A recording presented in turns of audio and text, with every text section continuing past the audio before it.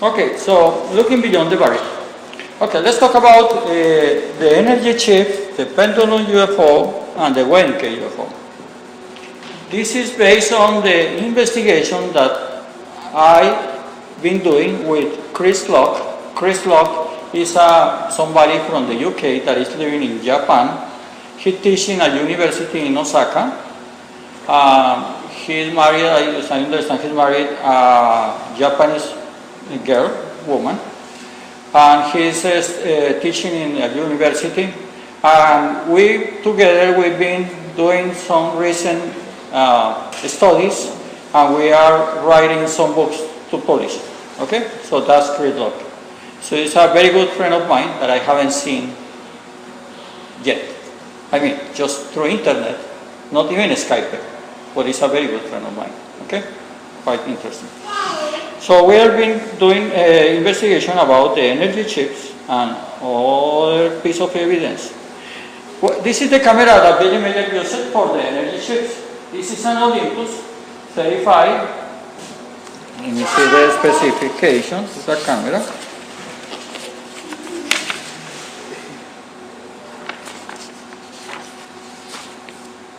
The Olympus 35 ECR camera. Some people think that Billy Mayer was some kind of photographer because he took very good photographs. No, he's like a normal tourist that has a device and press a button and it's okay. It's more complicated to use an iPhone just to take a picture. This one was more simple. Just point and click. It has a visor, something that he looked behind that, and she just put on the frame and they click. That's it. It's automatically set the exposure and the speed of the exposure and the, how you call it? The aperture of the diaphragm. So he have no way to play with that. He cannot do also, for example, double exposure. For double exposure, you need a more sophisticated camera. My brother had a Nikon camera, but last time, and has a little button that I press it and I can roll it, the roll film without rolling it, so I can make a double exposure. This one is not. This one is, to make a double exposure, he has to release the button that is below and roll it back a little bit and just precise movement to set the frame where he wants to have it. It's so complicated, and if you put a tripod on it, you cannot press the button. So it's really complicated. Billy Mayer used it because it's very easy for him. You may see a documentary made by Japanese reporters about Billy Mayer case, and he showed that camera, and he showed why he selected. Because it's very simple to use with one hand. Billy Mayer has only one arm, because he has to use it with only one hand. So with one hand, he rolled the roll, he moved the roll, and he pressed the button, and that's it. So all the picture that you see is with that type of camera. With this one, another one he had later on. So it's very difficult to do double exposure. So to doing double exposure is complicated. Secondly, this is one of the energy chips. Remember, this is, according to Billy, that energy chip are beings from Andromeda system, little ones that are half energy and half matter, that came here. Billy tried to establish contact with them, saying, hello, how are you? Telepathic contact, talking with them, but he couldn't. These are beings that are very advanced, so they do not speak our language, not even our telepathic language. So how did they communicate with Billy? They were doing what Billy did, they were doing the same. For example, Billy used a lantern, so they were imitating Billy's lantern. There was a car coming from far away on the mountains, and they were imitating the car. They were imitating the street lights in Billy property. So every light of soul that they saw, they were imitating. Like for example, I go and I see a monkey say, who, and I go there and I do the same, who. So feel comfortable because I am imitating this. So that's what they did. They tried to imitate all the lights around Billy. Doing some image processing, increasing the brightness, we found this in this photograph. This is a little lamp that looks like it's been illuminated by the energy chip itself. We found there are some vertical beams of light from that energy chip that are illuminating something that looks like an electric cord or something that was below. Okay? Okay, this is what I found. But the skeptic side says, Billy used the street light and he just moved the camera, and the little line that you see is some detail in the pole of the street light that is very bright, so it creates that line. So what you see here is that little thing moving. Okay, but why is very straight? Oh, of course, Billy used a tripod and rotate the camera and did the double exposure. It sounds logical, right? But why 25 vertical beams? We have come around 25 vertical beams here. Okay, maybe Billy took 25 photographs. So what we have to do is put in the tripod, take a picture, put it out of the tripod, press a button, release a little piece, the roll, move the roll, put it back, take the other picture, and do it that 25 times. It's so complicated, so it cannot be a straight line. Or some other people could say, no, he just moved the camera, and because this light probably is not a continuous light, probably it's a stroboscopic light, because it's used with alternate electricity, so it's just flash of lights, but you don't notice, but as soon as you move it, you notice it's not continuous. Okay, sounds logical. You can find every time any kind of arguments from both sides. But also has to be shifted because it's not horizontal, it's shifted 3 degrees to the left. Okay, so very simple. Really put the tripod, and it was not a flat area, so it's shifted somehow. Or probably one of the legs of the tripod was longer than the other one, something like that, so it moved away. Okay, but why the vertical beams here are not shifted too? If you move the camera, why the vertical beams are not shifted too? So there is a question that goes back and forth. So that's part of the skeptic barrier. Okay, you say something, they say something. You say something else, they say something else. That's very important job to be in that exchange of information, and that's very useful. Okay, so also you will notice that if you draw a line from here to here, it's not exactly parallel to that one. There's a lot of a small shipment too. Displacement. So it doesn't sound logical that this is the lamp. I don't know how to do it with that lamp, with the camera video. That's another interesting photograph.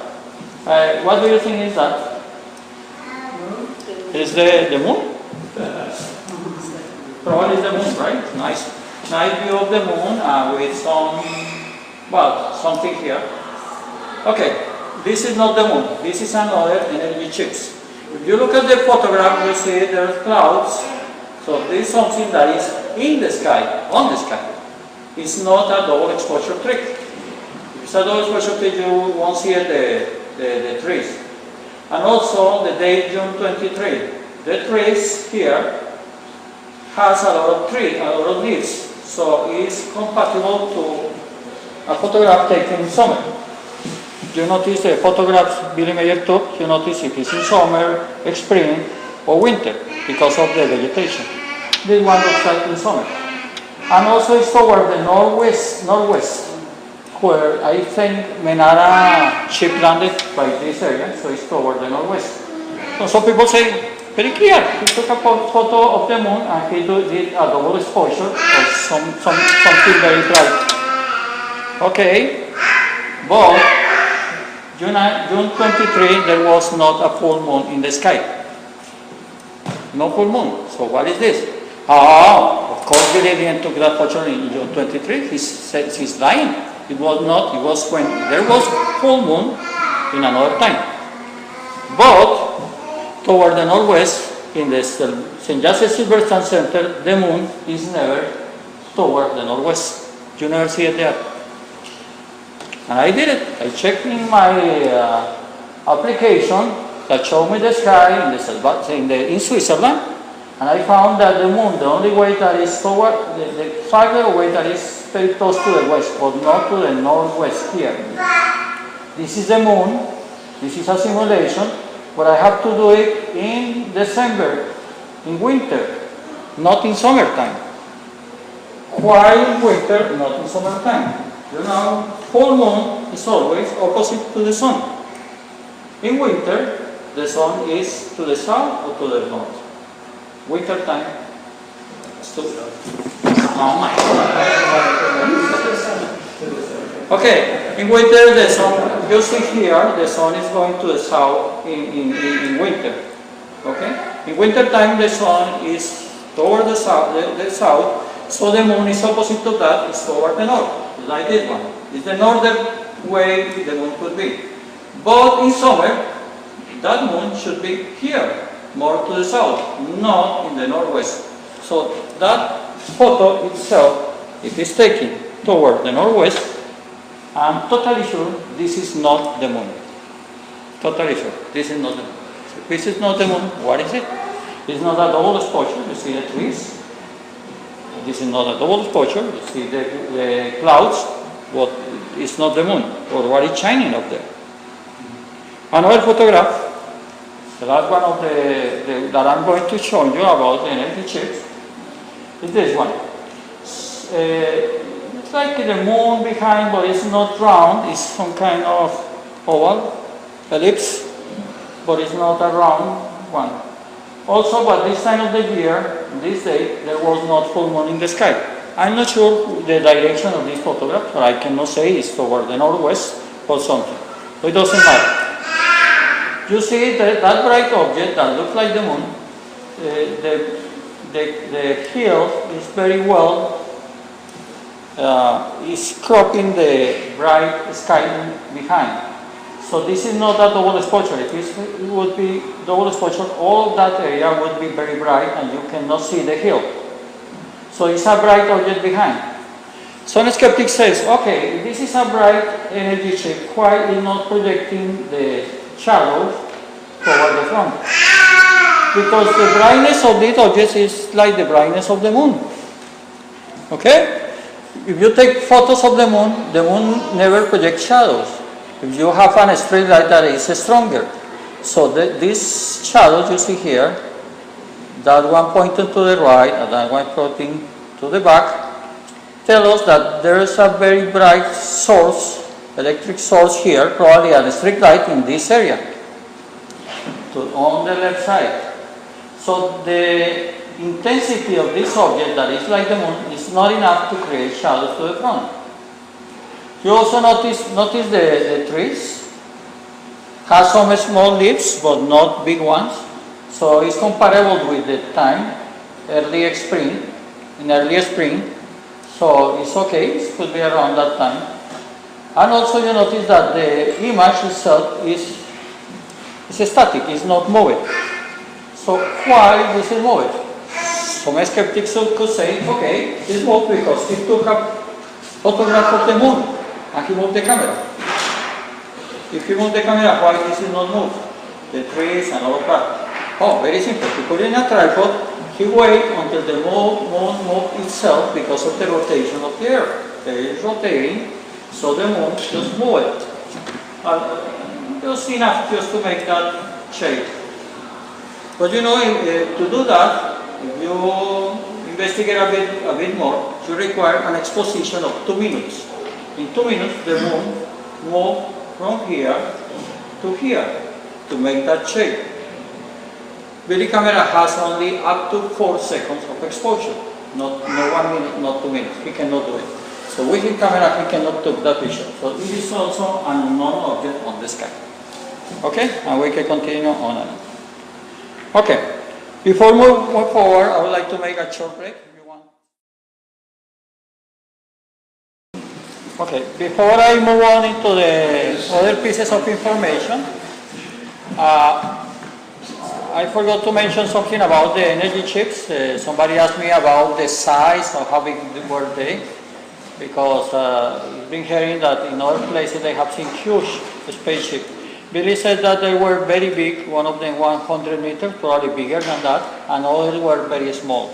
So different sizes they came. So maybe it's not the one that he saw in his place, that probably looks like 2 meters long. There were others that were 100 meters. That one we don't know. Could be something 1 kilometer far away, or could be 10 meters closer. We don't know. Okay, let's continue with the barrier. So still there's a question of why the barrier is put by the ETs. Okay? Why they did it? How is this helping us in our evolution? Let's leave that for the end, okay? We will be there. Pendulum UFO. Okay. In the same contact report, Pat is talking about the jerky pendulum movements. So they did it on purpose. Somebody may ask, okay, something that I don't understand. Why the ETs make fake demonstration? Probably they should not do anything of that at all. They should not do any type of demonstration because they are doing something that is fake. The answer is that they do a demonstration that has two aspects. One aspect that shows is fake, another aspect that shows is true. What we're going to see is the aspect that shows us that is true. Okay? Both aspects are very important. You may read a document, a blog written by Professor James Dirdolf.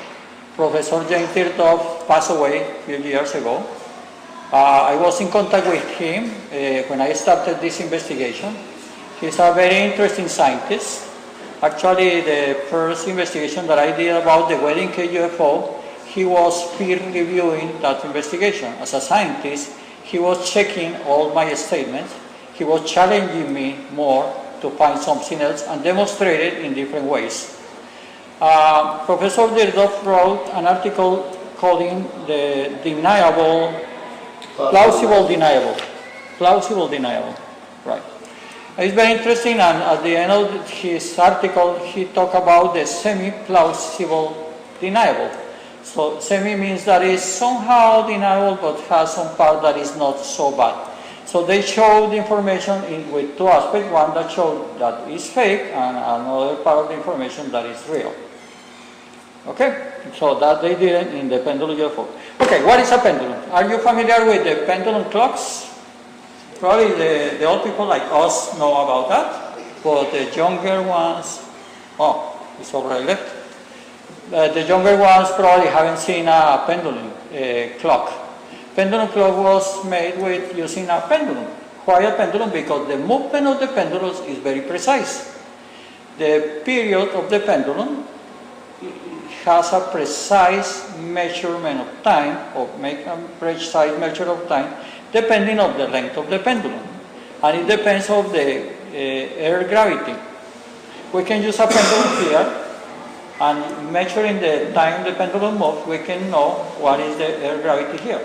If we go to Mars, and we use another pendulum that's moving slowly, we can measure the gravity there.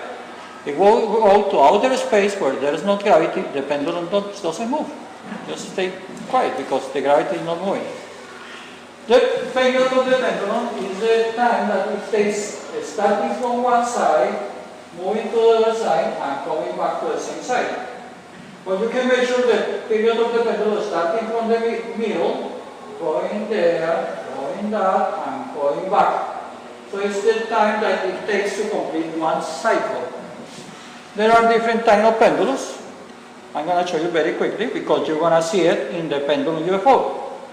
The planar pendulum is left and right, like the watch that you know, the pendulum watch. Conical pendulum, the object is moving in circles. So the UFO is moving in circles. So you have a cord and you're moving like that. So it's moving in circles. And the spiral pendulum is exactly the same moving in circles, but you move the node of the pendulum upwards. So it's like that, but you're moving upwards. So it's creating like a spiral stairs moving up there. So these are the three types of pendulums. You're going to see it. I have a video here, and you will see it, the pendulum movements. I'm going to ask you to swatch some details there, so you will be ready to see it. Okay, this is a tree. This is a small house. These are some electric towers. This is a piece of dust on the road, on the movie, and you will see these pieces of dust. That's very useful because you can distinguish one frame from another one, and if they're duplicated frames, you distinguish duplicated frames because the piece of dust is in these duplicated frames. So it's some kind of dust there is that is helping also to do some research. The UFO was staying there on the top of the tree, and now it's starting to move. It happened in March 18, 1975. It was called, let's move. Okay, at the beginning, the moving is just now starting. It's very quiet. It was afternoon where there was very light snow in the air, so visibility is not very good. Billy has his recording camera in a tripod in a specific position, and he's recording that. In a point of time, the movement of this UFO, like over here, like somebody's pulling from a cord and release it, and start to move left to right. But suddenly, well, this is a planar pendulum. Suddenly it stopped, like somebody's pulling, stop it, and stop a small movement in circles. That circles is around the tree. If you look at the film with some detail, you notice that the UFO goes behind the tree. So the tree and the UFO are in the same place. So it's moving in circles. This is the conical pendulum. Now start moving left to right, planar pendulum again, like somebody is just moving that way with the fishing rod. Sometimes just move up and down. I'm not sure if you see it. Probably here, it's moving up and down. And now do a right turn. It's coming to the front, move back and forth. I'm not sure if you see something there. I did the first jump. Look at in the pot. You see it? Yeah. You miss it? But probably you see it. There's some white. Okay, left to right. Jumping, then move to the front, again, going now.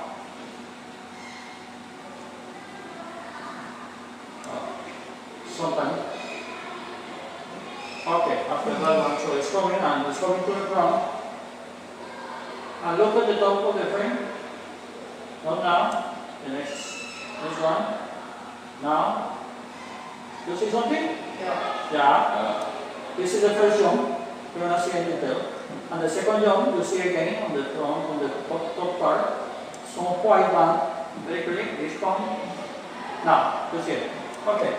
Then start reducing the movement, practically it's stopping, and the last part, I have another piece of the film, but this is a film continuous film, but I have it in two parts.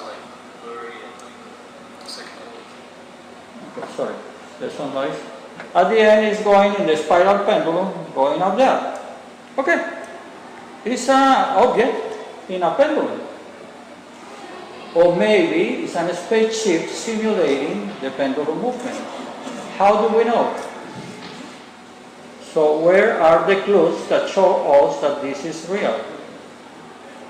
In the pendulum variations, in the periods. The period of the pendulum changes all the time. Depending on the measurement of the time, and we use a computer tool to see frame by frame.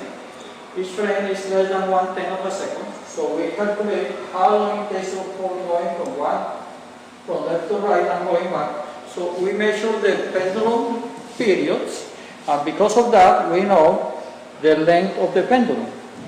So the length of the cord.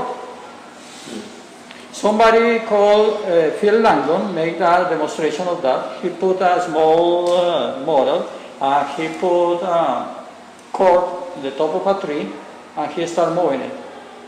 Simulating. It's very similar. The look is exactly the same. It's very similar. But if you measure the pendulum period in his demonstration, it's always the same. 4 something seconds or something like that. Always the same. I did some simulation, I was in one of my YouTube videos, I was doing by myself. And I was moving and recording and checking the period. If you have the same length, it's the same period. Doesn't matter that you move it there, here, or there. There was a scientist, a physician called Bruce McAvee. He did an investigation on that, and he read the conclusion it was fake. But he noticed that the period changed too. But he didn't provide a good explanation why it's changing. And the changes are very big. It's around 3.2 meters long. So in a pendulum that's 6 meters, 6 meters, probably something from here to the wall, is changing 3 meters. Oh, so it's reducing only to that, probably half of that. How can that fishing rod change that length so quickly? So the pendulum doesn't fit the pendulum measurements of the period of the pendulum doesn't fit the theory that this is a pendulum. So here you see we have a maximum error of 10 of a second in our measurement using the computer tool. It's too like a lower perimeter that you measure frame by frame. So the maximum error could be 25 centimeters. So it's this size. Why 3 meters? It's very big, right? So the error is not a measurement error. It's done on purpose. So the Plejaren did the demonstration and they moved the chip in a way that looks like a pendulum, exactly like a pendulum, but they know that one day we'll be measuring the periods and notice that this is not a real pendulum. How can we do it? So there's 2 ways to do it. One is has field landed here, just hanging a cord to a tree in the top, and with another cord just moving back and forth. So in this case, the period of the movement would be fixed because the line, this length is fixed, it's not changing.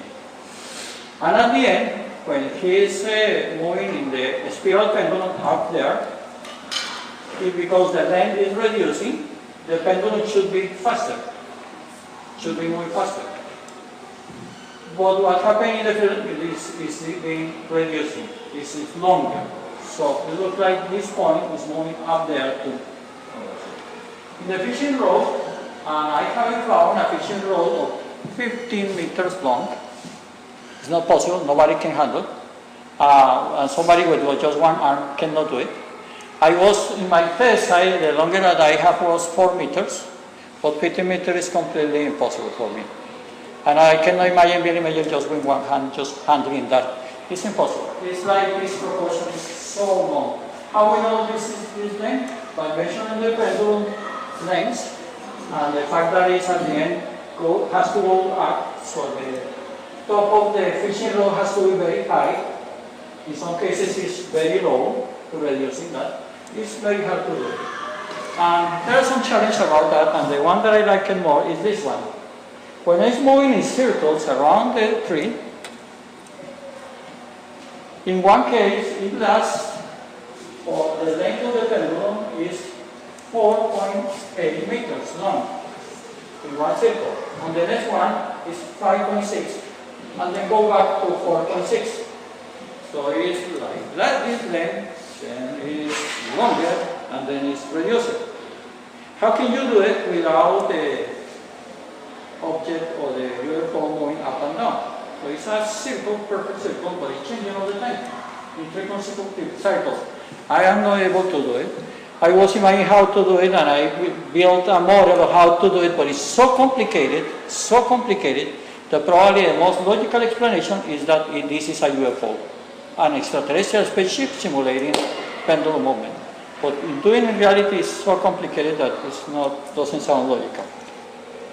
Okay, this is a nice video that shows the right turn in detail and the moving tree. Right turn is coming here and it's coming to the front. It was very simple, just pull the fishing rod and move it. That cannot be done. I tried, it's very difficult to do right turn with that way. So people say, oh, there's another course, and you pull it. He landed did it. He used an airport and pulled it. Okay, but the UFO is shaking. As soon as you pull it, it's shaking. Okay? I said it's not possible today. But another skeptic said, oh, it's very easy. He put a gyroscope inside this little toy. Gyroscope is something that is spinning, so gives some stability. But this is also not true, because as soon as you pull it, because you are inducing an external force, it starts to wobbling around, moving like the Earth during the precession of equinox. So that movement, so it's not possible. And also, I don't know if you have noticed, look at the top of the tree. Did you see that it's moving? Yeah. Again. Look, now the top of the tree. Oh, it's moving. The UFO is moving the top of the tree without touching it. If this is a little model, the turbulence caused by it cannot move any tree. A little tree, I tried with different trees, with different models, and I cannot move it. Maybe that UFO has some kind of electrical force that moves it, or probably it was just the dragging of the air that moved it. So it looks like a big object. There's something interesting anecdote about that, something that happened to Wendell Stevens. You know Wendell Stevens was an early UFO investigator of the Billy Mayer case. He went to Switzerland and he took a copy of this film. He was not authorized yet to show it to somebody else. Billy told him, you cannot show it, take it for yourself, but don't show it. But Wendell Stevens arrived to his home in Tucson, and he called reporters from Denver magazine. So the reporters went to his home. It was in the fall of 1981. And he took his copy and he put it on his, in any room in his house, and he projected the film, and they saw it. Everything that we are seeing projected. So the reporters has their camera and they were filming what they saw on the screen. But the camera never worked. The battery was dead. The camera didn't show anything, like they couldn't record it. They went out for another piece of batteries and they put it back on the camera and they tried to record it and it never worked again. What is happening? You will find that interesting story in the UFO from the Pleiades Supplementary Investigation Report, page 536. It's an interesting conversation or something that Wendell is telling us. And when they were doing that, tried to recording that never worked, and the reporters from Denver was a little bit scared. Oh, something wrong here. Why is not working? Our equipment is always working, but it's not working. Why we cannot record that one? Somebody called Wendell, and he went to the phone and said, hey, well, what's going on? No, somebody had seen a UFO flying above the place you are, in the city. Have you heard about that? Oh, no, I haven't. But there was a UFO flying above of that, probably interfering that demonstration. Why? Because we were not ready at this point of time in 1981 to look that in more detail. Now we can. Otherwise, probably the lights will be off. The computer will not be working, but now we are seeing it. Probably we are authorized to see it. Okay? That's something very funny that happened to him. It's interesting to read it. Okay, we are going to see the jumps. The jumps happen when the UFO moves from the back to the front, or from the front to the back. With the image processing tool for the film that I use Pinnacle Studio. Somebody can use Adobe Premiere or any kind of tool like Final Cut. You can do it the same. So I put some stabilization, so I stabilize the image, and I put some slow motion on it. So you will see it. That's very interesting. Okay, so the UFO moves up and back to the up, front to the back to the front. And the first jump happened here. It's in a slow motion. Look how it moves. So it's getting close to the top of the tree and then jump behind the tree. You see something here? Wow. Okay, that's the first jump. The second jump happens when the UFO is coming from the back to the front. A couple of 3 seconds later, something like that. So here is coming, go to the front, go to the back, and then it's coming. Look at the top of the tree. Do you see something? The top of the tree expands. And it jumps. Okay, let's do it again. Okay, that's the first jump.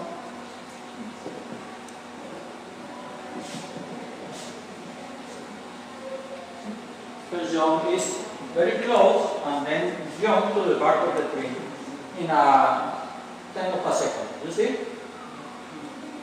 Okay. And the second one, just look in detail the top of the tree. The second one is here. Also moving back and forth, goes to back. After that one, now in a slow motion, you see it? The top of the tree expanded. Ah, quite strange. The Pleiadians took this tree, and disappeared. After that, they disappeared the tree. The tree is not there.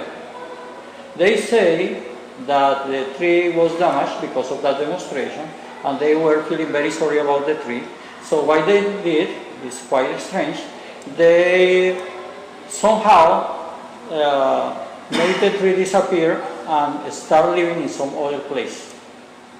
How they do it, I have no idea, but they did it. But it also helps the worldwide UFO controversy, because somebody goes there and says, "Oh, there is no tree here. What are you talking about? Really use a small little tree there." So it's helping the UFO controversy. Okay, the jumps. These are the frames of the jumps. In this case, one of the jumps, all individual frames. And because Billy Miller was recording with his camera at 24 frames per second, and the recording from the wall on the modern recordings at 30 frames per second, there is some kind of pattern that makes that every 5 frames there is one that is the same one, repeated. So this one is the same as this one. You see the piece of dust here, the piece of dust there, is the same frame. Also this one is the same frame. So it goes from 1, 2, 3, 4, and that's the same as 3, 5, 6, 7, 8, that's the same as 9, and 10. So we can put it away probably 9 and 4 and use the other ones. But you see, the white one that you saw in the video is here. The white one, just starting when the jump starts, there is a white one there, a white one here, here, and here. 1, 2, 3, 4 consecutive frames.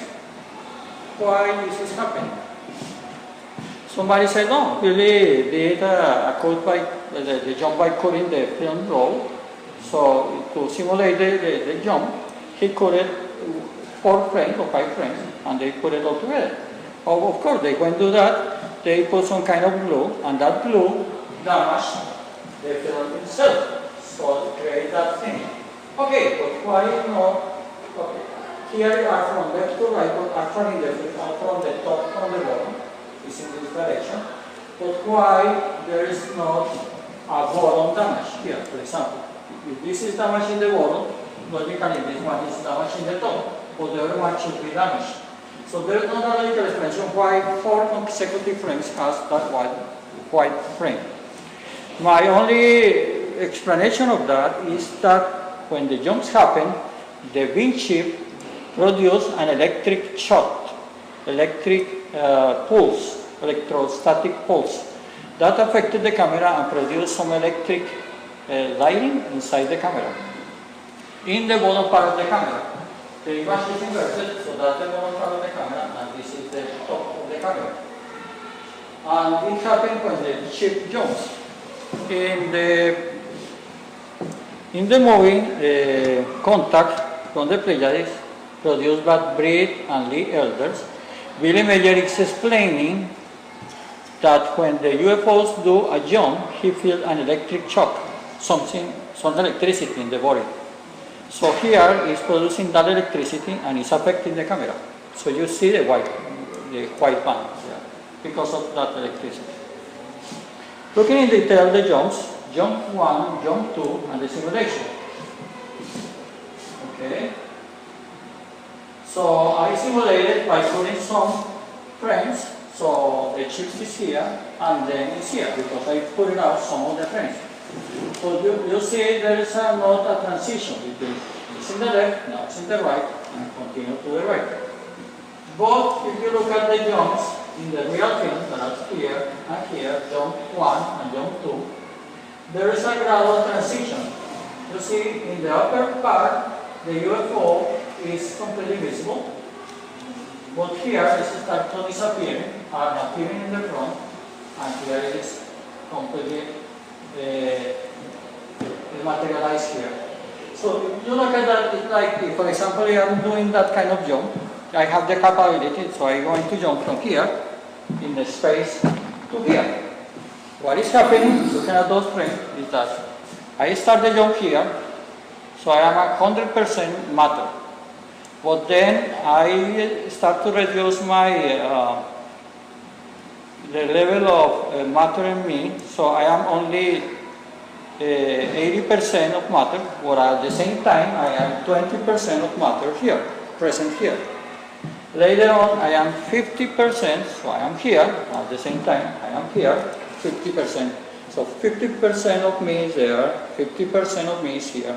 And at the end, 100% of me is here and nothing is there. So it's not a jump, immediate jump.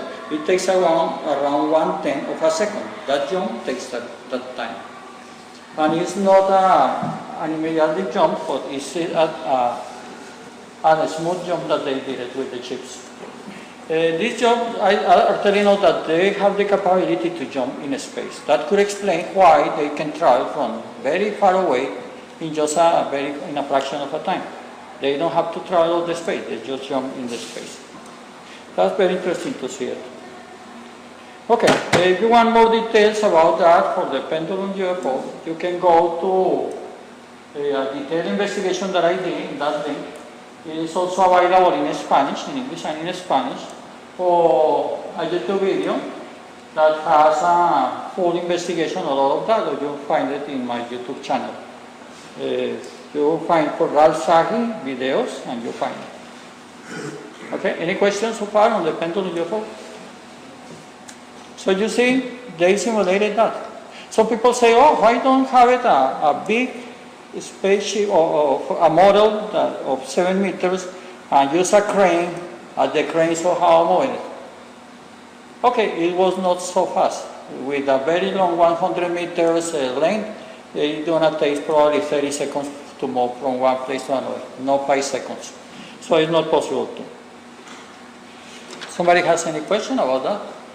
So you start to see why they did it this way. So they show something that looks fake, but has some hidden clues for some people to look at in detail that they found it is true. So why the players are doing that? Why they want us to believe that it's fake, and then if we look at it in detail, we know that it is true. Probably they are trying to tell us, don't trust anything you see. Just look at by yourself, do your own analysis, and you will find the truth. Don't trust anything that is said, okay? If you read anything, just be skeptical about what you are reading, and just have to put inside you, internalize that, and understand it from yourself.